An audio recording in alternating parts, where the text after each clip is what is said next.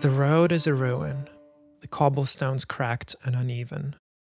In the distance, a skeleton of a village slumps into the hillside, roofs collapsed, doors hanging ajar, as though the Black Death swept through it not as sickness, but as a hurricane.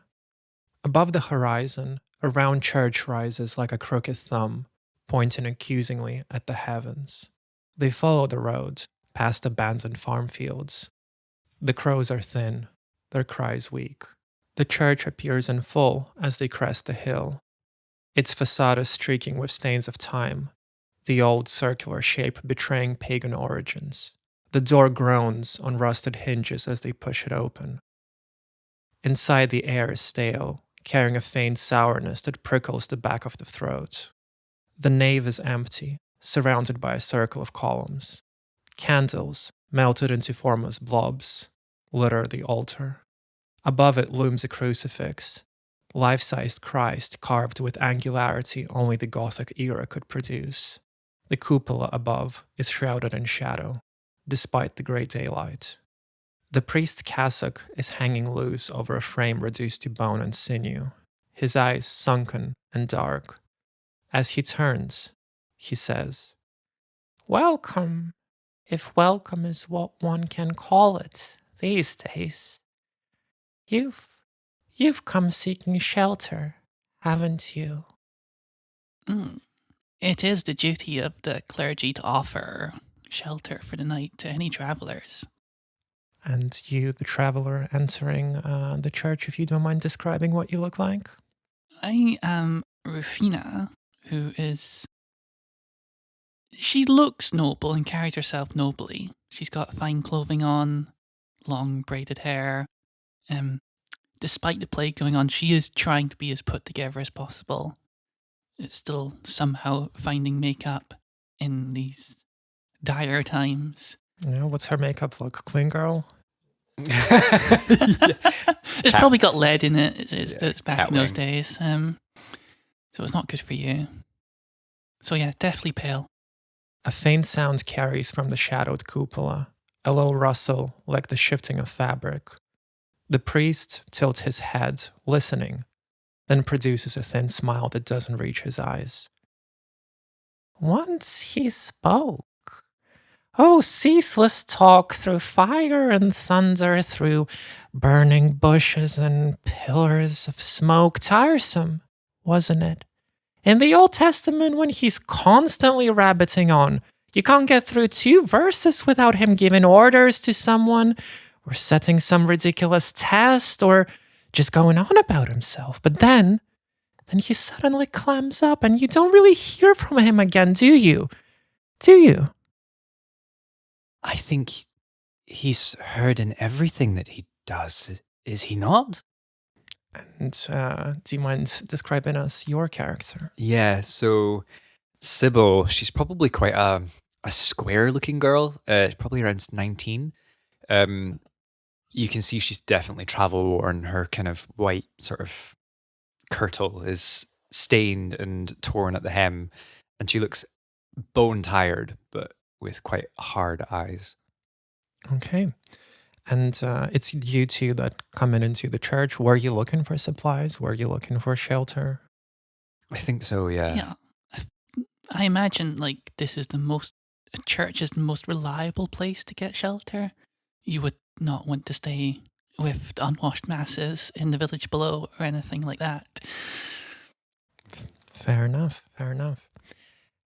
The priest's shoulders tremble as he exhales sharply. The shape of shadows in the cupola grows larger. Behind him, the wooden crucifix stares ahead in perpetual pain. No fire, no thunder, silence. And now, when we need him the most, when the world is crumbling still, he says nothing.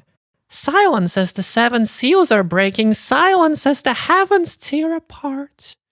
Silence as the 4 horsemen ride, conquest, war, famine, and now Black Death. Tell me, travelers, how long can faith endure in silence? How long can man believe in God who turns his face away?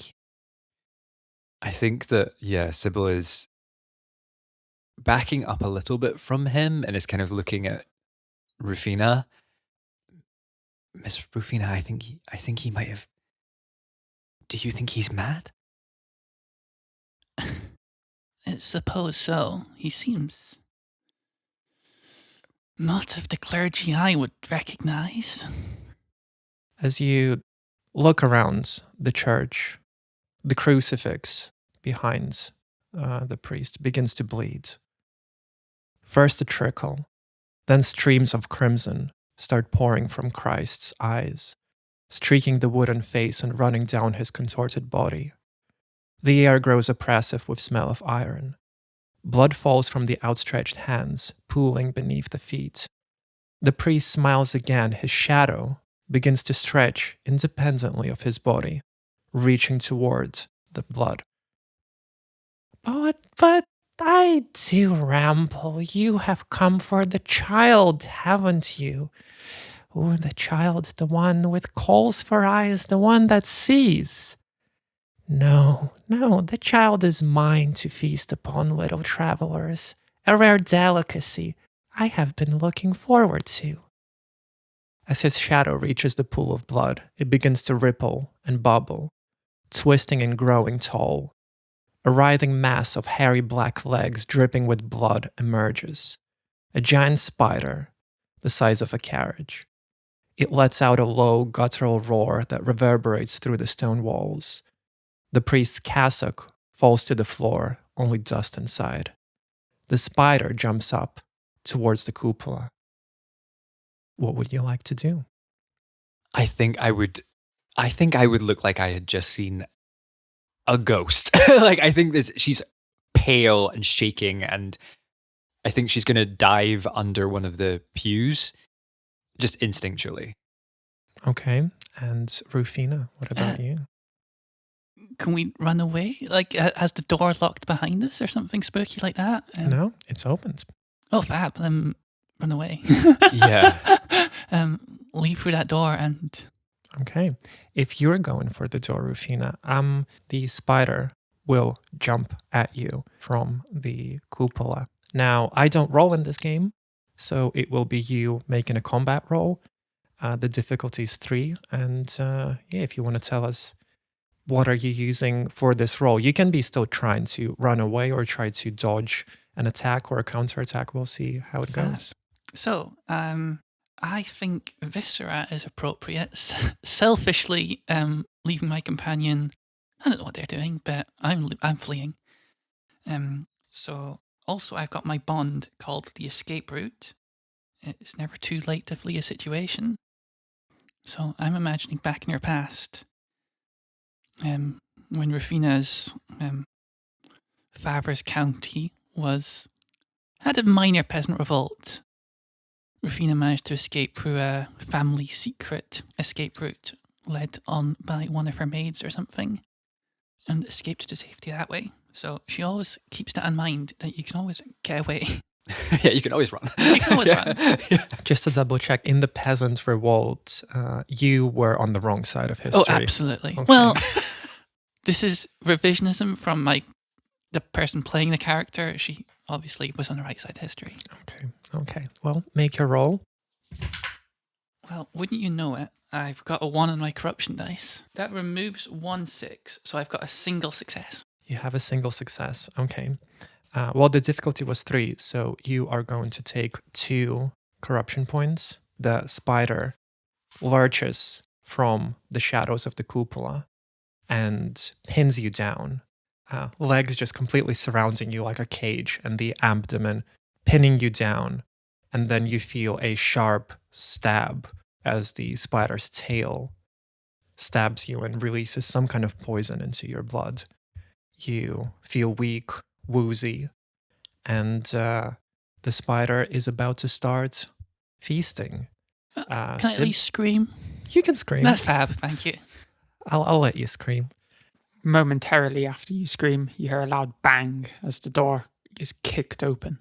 You see standing there is a short man in, relatively short, well built, in black robes with a red cross emblazoned on the front. He's in black chainmail covering it, gambesons, a cameo framing his face, and a casque, which is like a metal-pointed helmet on top. Kite shield with a red emblazoned cross on it as well, and he's wielding a mace. Back, abomination! And he's going to charge forward with his shield to try and push this spider off. Amazing. Make us... I mean, you coming out with all the technical words for the armor, so I'm going to assume you know what you're doing. Yeah, if you want to make an attack roll. I'm using heart, a life devoted to others. Yeah, makes sense. I would like to do... the sergeant is from this character's Templar background.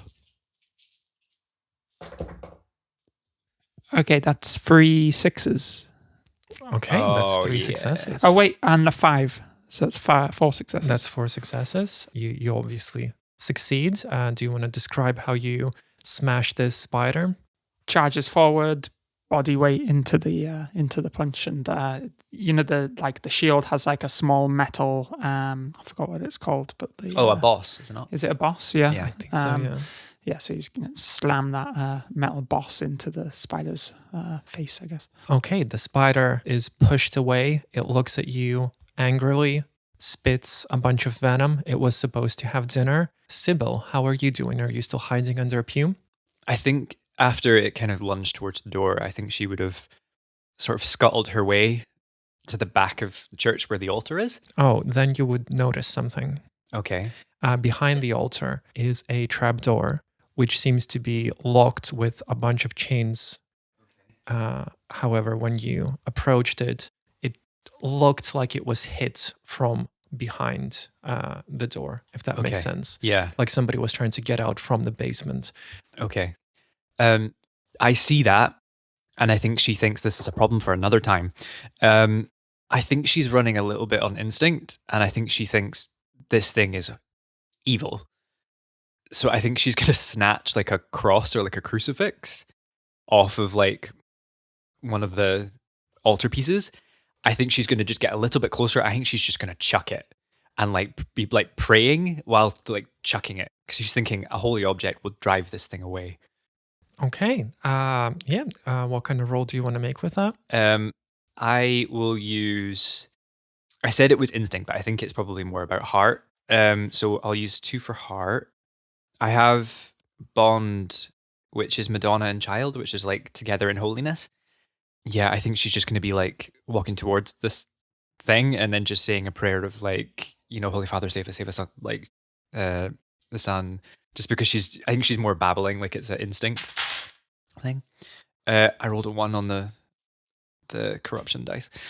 So 3 successes and then a black 1. Which removes a success. Right, okay, so 2 successes. Okay, so that's a failure.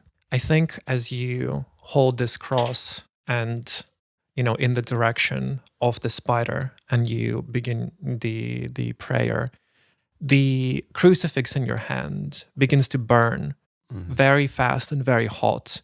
So all you can do is release your hands, and as you look in your hands, there is signs of burning on them. And unfortunately, prayer did not save you just now. Okay. Rufina has a bunch of like surgery tools, like bone saws and stuff like that. Just try to cut out one of its legs while it's occupied, sort of standing off with our knight over here. Okay, you can make a roll, or you can set each other up with advantage if you would like. I think for me, it's probably better if my combat. I'm a thinking person. My combat's not great, so maybe let's say this is advantage, giving advantage to good Sir Knight. Okay, and you will take a corruption point for that. So I'm already full on blood corruption after being pinched by a spider. Wow. So that means you get to decide which of your various attributes you would like to start corrupting first. She's already getting it. Already so getting scary. So I used the bond of the escape route earlier, so I'll start corrupting that, I guess. Okay. I think he's gonna go straight in for he's gonna try and hit this spider in the face with his mace. Okay. Nothing too fancy. Make a roll. And since you have advantage, 4 will be successes as well. I'm going to use the 2 riders this time, a bond. The 2 riders. It was a common symbology used by the Templars to signify 2 riders on a single horse. Signified their vow of poverty. They would have to share a horse. Templars love to share things. Horses, beds with each other. Bodies. Yeah. Okay. 3 successes, but one of the successes was 6 on the black dice. Wow. You were on a roll. Okay, so a corrupted 6 is 3 successes, but also a corruption point that you get. This is a dark success, what the games call it. Okay, so Giscard is very caught up in the moment and is going to swing down this mace on top of the spider's head. It crunches. You get like all sorts of, what kind of blood do spiders have? It's like a greeny goo, right? Well, this one It's definitely, assumed it's goo. black and ichory. Black and ichor blood spraying everywhere. I think Giscard is getting caught up in the moment. He's almost relishing the destruction and taking out the anger upon this spider as he wails into it repeatedly with his mace. As someone who hates spiders, I don't think he's very real for that. And yeah, the church is silent again with just squishing noises of Giscard beating the definitely dead spider. I think the body of the spider begins unnaturally quickly decomposing and is just, even in the process of you mashing it, it's already turning into disgusting goo. Giscard would step back, spits on the spider. Foul demon spawn. Sybil's going to run up and start checking out Rufina. Rufina, are you okay? It hit me with its weird stinger thing. She's going to, I guess, like lift up some part of her shirt and start inspecting the wound, hoping to clean it up and actually treat it properly before things get infected badly. I'm going to look up and say to Giscard. Thank you so much, sir. Thank you, sir. It is my duty. It is honestly, it's not. You are hurt. She is hurt. Yeah. Well, yeah. There's a wound, I assume. Yeah, I imagine it's sort of green and already kind of looking fetid. So, Well, you're the surgeon. I'm the You're surgeon. the expert. He can give you a professional opinion. Professional opinion: bad shit's going down here. I'll be rifling through your bag, saying, "What do we use? What do we do?" Like, put alcohol on it, I guess. Kill all the bad germs. What? It's 13 Yeah, that's a bit too much. I was trying to go too far back. germs. Yeah, germs, isn't it? What It's should like malaise and humors and stuff at this point. Yeah. Miasma. yeah, we've got to do yoga. I will gather some of the scented flowers to help with the humors in the air. No. Yeah, that's more science. Maybe that's better. a hot poultice. Have you tried leeches? I've got a leech in my bag. I'm certain. Oh yeah, jar of leeches is classic. Jar of yeah. leeches is classic. Yeah. Yeah. Let's get some leeches out. I think I'll probably be following your instruction because I will not be very helpful. Like, I have no expertise. I think the leeches work. I think they suck out at least most of the pus, yeah. Yeah. I guess the leeches now are green from the weird shit, but yeah. Giscard rips a bit of black cloth off his what's it called, mantle, and boils it. Gets a little fire going. There's there's someone in the crypt. I'm going to start walking towards the altar. I saw a trap door and there's someone trying to get out, I think. Giscard's going to hand the clean rag to Rufina and then grab his mace and shield and walk over towards it. Where is this trapdoor? It's over here, and I'll take you over and show you. I'll just point you and kind of get behind you. There is a lock on the bunch of chains that close the trapdoor, but assuming that you would have checked the cassock of the priest that turned to dust, there was a key inside one of his pockets. I guess I was just going to hit it with a mace, but I just tap you and give you the key. much more efficient. Thank you. He opens the lock. Okay. You look down. It's a single kind of basement space, maybe 10 foot down or so, and there's no ladder either. You can probably find a rope or something to get down if you wish, but without a ladder, it would have been very difficult for the person below to escape. Also, the fact that the person below appears to be 9, 10 at the oldest. You can't quite tell if it's a boy or a girl. You're free to transvestigate though. But the child just have like soft features, you can't really tell. Very long blonde hair though at this stage. It's like very dirty blonde. They're dressed in basically rags. They look very thin, emaciated, and there's multiple rows of chaining them and another lock, just kind of keeping them in place at the bottom of the basement. And they turn their face to you, following the light and the sound of you looking down. And you see that there's also a bandage on their eyes, like what's Blindfold? Yeah, like a blindfold. Okay. Oh dear God. Merde. Who would do this? What is this? Child, are you awake? Their head definitely moves towards you, but seems a little disoriented and doesn't really reply. But there's definitely movement. So at the very least, they're alive. Rufina's going to finish up tending to herself and loom over as well. What has this priest done to this child? We shall help. He said he was going to eat it, right? Yes. Oh, you remembered. I forgot. Well, I wouldn't listen to his ramblings particularly, but yes. The state of the church these days is it's abysmal. We have to leave this place. This place is evil. We have to get. You must rescue the child first. Yes. We need to. Giska's gonna try and open the lock.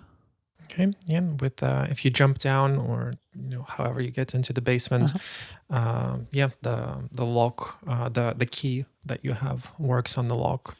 The child kind of weakly just puts their hands around you.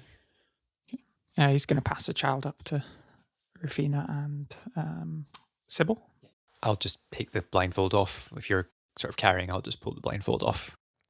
As you take the blindfold off, you're immediately struck with a vision. You look at the eyes of the child and there are none. There is the space for eyes looks severely burned, black. And instead of eyes, you see what looks to be 2 coals or embers, very, very slightly on fire. There is this definite sense of an orange glow. And as you make, for lack of a better word, eye contact, the world around you shifts violently. The air grows thick with orange smoke. The sun is gone, the sky no longer visible. Instead, an endless mass of writhing, rotting bodies churns overhead, a grotesque inverted sea of the dead. Limbs entangled and twisting, faces swollen with death, eyes bulging, mouths screaming out in anguish. Beyond them, faint and distorted in the haze of miasma, stand the celestial gates of heaven, shut. Rejected and forsaken, the dead surge and thrash against the gates repeatedly, but to no avail. The earth beneath your feet is cracked open, jagged veins splitting the ground, exhaling a foul stench of sulfur and rotting fire. Through the fissures you sense movement, bodies shifting, claws scraping. The growl of countless monstrous throats builds, a rising tide of hell's fury ready to spill over. You feel the child's hand tighten on yours as their voice cuts through the cacophony. Do you see? We must go to Avignon, to the Pope, to stop this.